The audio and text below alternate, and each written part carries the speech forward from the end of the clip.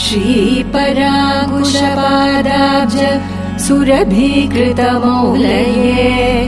श्रीवत्सचिह्ननाथाय भाष्यकाराय मङ्गलम्। नाथ पद्माक्षरामार्य पादपङ्कजसेविने